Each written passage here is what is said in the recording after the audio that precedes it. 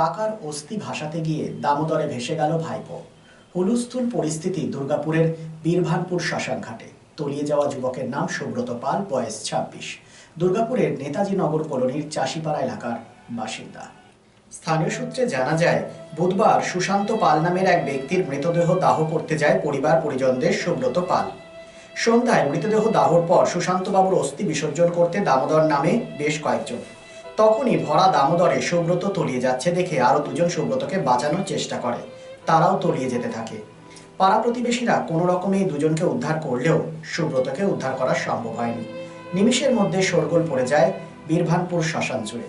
খবর দেওয়া হয় কোকোবেন থানা এবং বরজোড়া থানার পুলিশকে।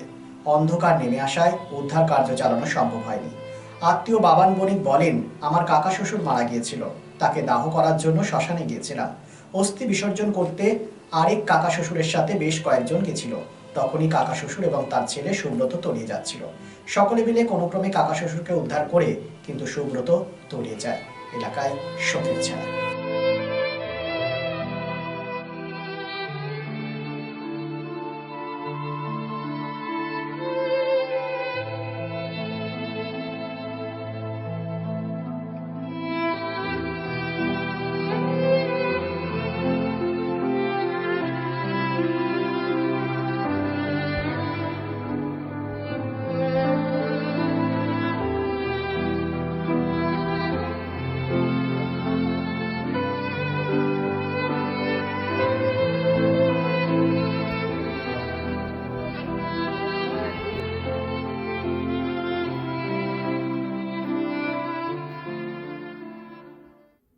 মামা মারা গেছে, তো তাকে দাহ করানোর জন্য সবাই মিলে ঘাটে গেছিল। তো সেখানে স্নান করার একটা ব্যাপার থাকে, তো সবাই স্নান করতে নামেনি, কিন্তু ও ভাইয়ের সাথে একটু নেমেছিল পাশ দিয়ে, হাঁটতে হাঁটতে জলের স্রোতে ভেসে গেছে। কিন্তু এখন আমরা কোনো খবরও পাইনি যে কি হয়েছে না হয়েছে, কোনো শিওর নেই।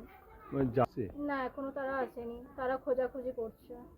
মানে এখনো পর্যন্ত কিছু সিওরিটি না, কিছু সিওরিটি নেই যে তাকে পাওয়া গেছে না পাওয়া যায়নি। তার কি নাম? সুব্রত পাল। বয়স কত? 26। কি করতো উনি? মাছের আড়তে থাকতো আর সময় পেলে টোটো চালাতো। উনি বিয়ে থা করেছেন? না, কিছু না, সিঙ্গেল। আমাদের যিনি মারা গেছেন উনি আমার কাকা শ্বশুর হয়। তো আমরা যখন দাহ দিয়েছিলাম, তো অস্থিটা যখন নিয়ে আসা হচ্ছিল, তখন আমাদের কাকারই ছেলে সমেত যাচ্ছিল, তো ও পেছন পেছন গেছিলো। তো পেছনে যাওয়ার সময় যে আবার কিছুক্ষণ পরে আমরা যে এত ভিড়ভাড়টা কেন হচ্ছে, গিয়ে শুনছি যে ও মানে ওর বাবা সমেত ডুবে যাচ্ছিলো, একজন বাঁচিয়েছে ওকে, আর একজন ও অলরেডি জলে ডুবে গেছে। তো ডুবুরি আলানোর চেষ্টা করলো, লোকাল যারা ছিল চেষ্টা করলো যে কোনো রকম যদি বিয়ে করা যায়, কিন্তু ওই মুহূর্তে আর কোনো মতে পাওয়া গেল না। মানে তারপর কি এখনো কি পাওয়া গেছে? এখনো কোনো খোঁজ খবর নেই। আমরা এখন অলরেডি ফোন জানানো হচ্ছে, দেখা যাচ্ছে। Lifeline Multi-Speciality Hospital boasts 500 beds across 1,60,000 square feet of build-up, featuring 7 advanced operating theatres, a digital cath lab, a state-of-the-art emergency and trauma unit, and a next-generation 3D MRI amongst a comprehensive basket of services. Renowned super specialists from premier institutes deliver top-tier care, supported by digitalized integrated healthcare for seamless coordination. Lifeline prioritizes innovation and patient centricity, ensuring comprehensive top-class services. So for premier medical treatment, visit Lifeline Multi-Speciality Hospital, Kalipahari, Asansol, NH2 District, Paschim Bardhaman, West Bengal. Since 1999 দীর্ঘ 25 বছর ধরে অভিনব গিনি house মানুষের সাথে, মানুষের পাশে।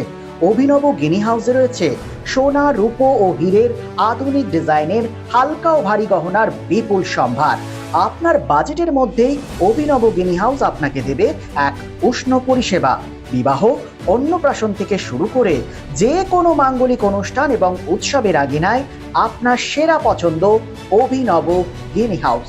অভিনব গিনি হাউসে আপনি পাবেন gold two gold full return, 20% discount on making charges, certified gemstone, hallmark silver ornaments, diamond ornaments এবং আরও অন্যান্য পরিষেবা। সুতরাং আর দেরি কেন?